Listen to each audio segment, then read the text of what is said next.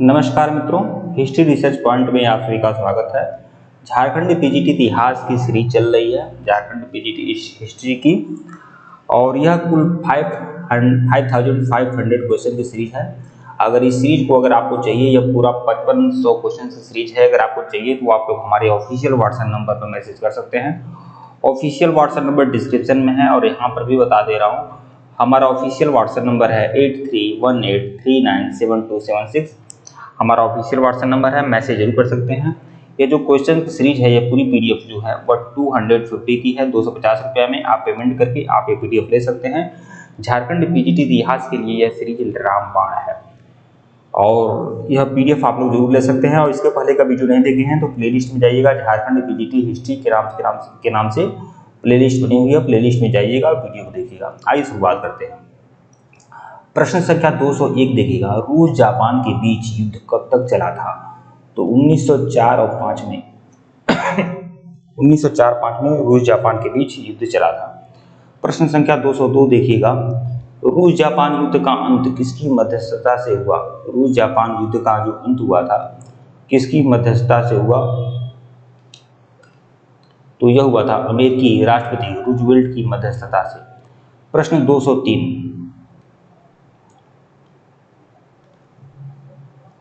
203 देखिएगा, मोरक्को संकट कब सामने आया था? तो 1906 में। मोरक्को संकट कब सामने आया?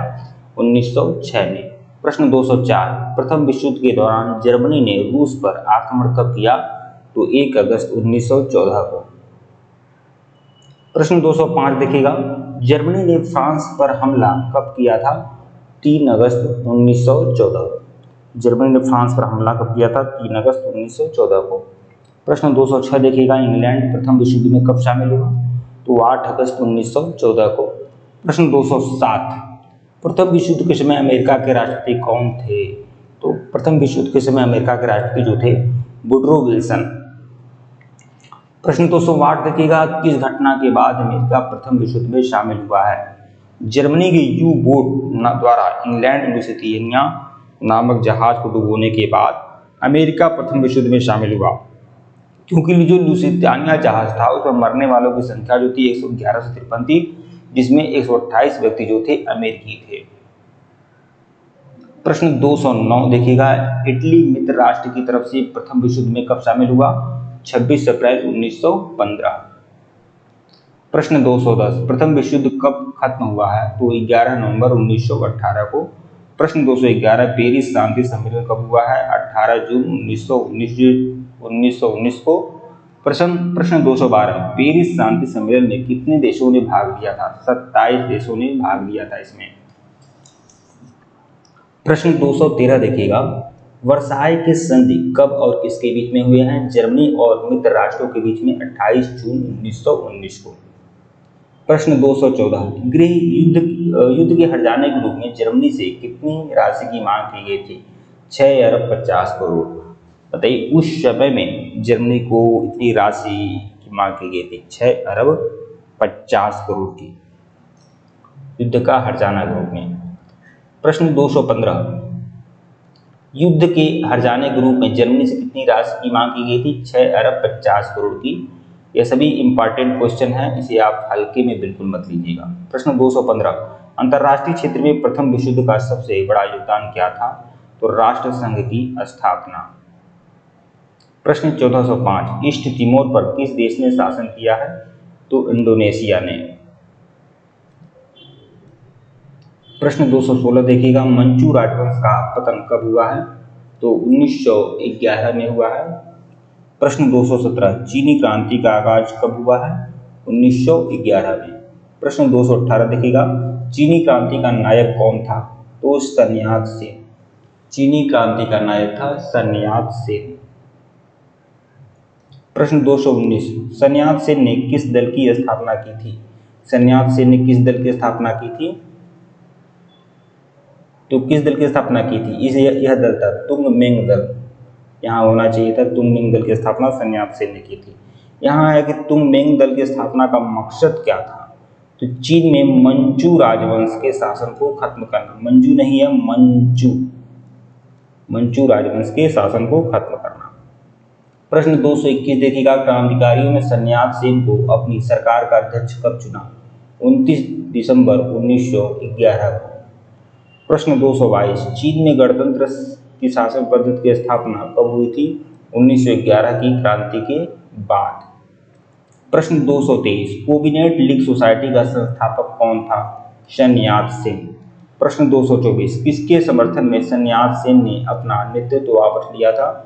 युआन शी काई। प्रश्न 225, 1912 में सन यात सेन ने कौन सी पार्टी की नींव रखी थी? कुओमिंगतांग पार्टी। इनकी पार्टी का नाम था कुओमिंगतांग पार्टी। प्रश्न 226 देखिएगा, डॉक्टर सन यात सेन ने अपनी सेना के संगठन के लिए किसे चुना है? जनरल गैलन को चुना था।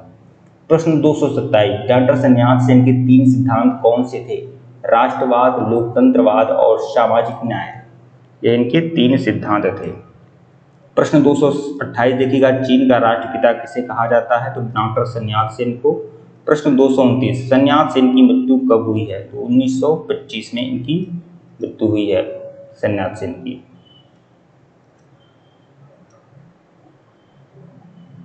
प्रश्न 230 देखिएगा, कुओमिंगतांग पार्टी से साम्यवादी लोग कब अलग हुए? 1927 में। प्रश्न 231, चीन में गृह युद्ध कब शुरू हुआ है? 1928 में चीन में गृह युद्ध शुरू हो जाता है चीन में 1928 में। प्रश्न 232, 1925 को हुनान के किसान आंदोलन का नेतृत्व किसने किया है?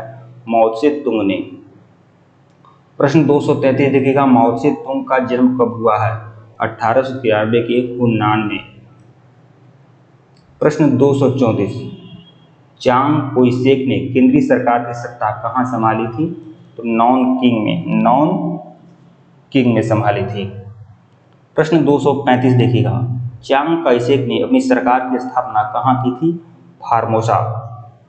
फार्मोसा की राजधानी ही ताइवान है। प्रश्न 236 देखिएगा, साम्यवादियों का दमन करने के लिए चांग कोई-शेक ने किस दल का गठन किया था? ब्लू शर्ट आतंकवादी दल। 237, माओ त्से तुंग के नेतृत्व में जनवादी गणराज्य की स्थापना चीन में कब हुई थी?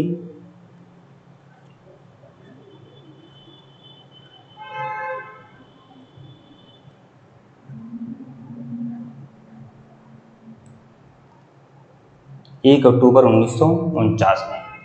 प्रश्न 238 देखिएगा, चीनी साम्यवादी गणतंत्र का प्रथम अध्यक्ष कौन था? माओ त्से तुंग। 239 देखिएगा, चीनी जनवादी गणराज्य का प्रथम प्रधानमंत्री कौन था? चाउ एन लाई। प्रश्न 240, चीन के जनवादी गणराज्य की राजधानी कौन सी थी? हुनान। प्रश्न 241, खुला दरवाजा की नीति कहाँ अपनाई गई? चीन में। प्रश्न 241 देखिएगा, खुला दरवाजा की नीति कहाँ अपनाई गई? तो चीन में अपनाई गई थी। 242 क्या कह रहा है कि चीन का दरवाजा खोलने का श्रेय किसे दिया जाता है? तो ब्रिटेन को। प्रश्न 243, खुला दरवाजा की नीति का प्रतिपादक कौन था? जॉन हे। प्रश्न 244, एशिया का मरीज किसे कहा जाता है? एशिया का मरीज कहा जाता है चीन को। अगर यूरोप का मरीज जान जाए कि यूरोप का मरीज किसे कहते हैं तो तुर्की को कहते हैं, ध्यान रखिएगा आप लोग। प्रश्न 245, चीन की कम्युनिस्ट पार्टी की स्थापना कब हुई है? तो 1921 में हुई है। चीन में लाल क्रांति कब हुई है? तो 1949 में चीन में लाल क्रांति होती है। प्रश्न 246, फासिस्ट किसे कहा गया है? प्रथम विश्व युद्ध के बाद मित्र राष्ट्रों से असंतोष और सैनिकों की छटनी से पैदा हुए अराजक हालात को सुधारने के लिए मुसोलिनी ने भूतपूर्व सैनिकों की मदद से एक संगठन बनाया जिसे फासिस्ट कहा जाता है। प्रश्न 247, फांसीवादी दल के स्वयंसेवक किस रंग की कमीज पहनते थे? तो वह काली कमीज पहनते थे, काले रंग की कमीज पहनते थे। प्रश्न 248 देखिएगा, फासिज्म का जन्मदाता किसे माना जाता है? तो मुसोलिनी को माना जाता है। प्रश्न 249, किसे ड्यूस के नाम से जाना जाता है? तो मुसोलिनी को ड्यूस के नाम से जाना जाता है। 250 देखिएगा, मुसोलिनी ने किसे सेना का अधिकारी नियुक्त किया है? तो डियास को नियुक्त किया था। प्रश्न 251 देखिएगा, जापान और जर्मनी के साथ मुसोलिनी ने किस धुरी राष्ट्र का निर्माण किया है? रोम, बर्लिन, टोक्यो धुरी। जापान और जर्मनी के साथ मुसोलिनी ने किस, देखिए मुसोलिनी कहाँ का था? इटली का था, इटली का तानाशाह था। जर्मनी का तानाशाह कौन था? हिटलर था। तो यही कह रहा है कि जापान, जर्मनी और मुसोलिनी ने किस धुरी का निर्माण किया था? रोम, बर्लिन, टोक्यो धुरी। ठीक है, 1936 में। टोक्यो जापान में है, बर्लिन जर्मनी में और रोम इटली की राजधानी, रोम इटली की राजधानी है। अब तीनों शहर 3 जगह पे हैं। 1936 में इसका निर्माण हुआ था।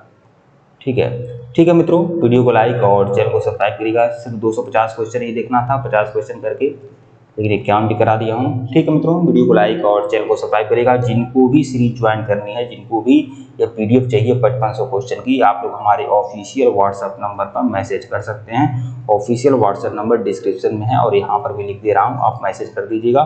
250 रुपये में आपको यह पीडीएफ आपको मिल जाएगा। बहुत ही इंपॉर्टेंट पीडीएफ है। ठीक है मित्रों, धन्यवाद आप लोग को। और इसके पहले का वीडियो नहीं देखे हैं तो प्लेलिस्ट में जाइएगा। Jharkhand PGT history one liner के नाम से प्लेलिस्ट बनी हुई है। धन्यवाद।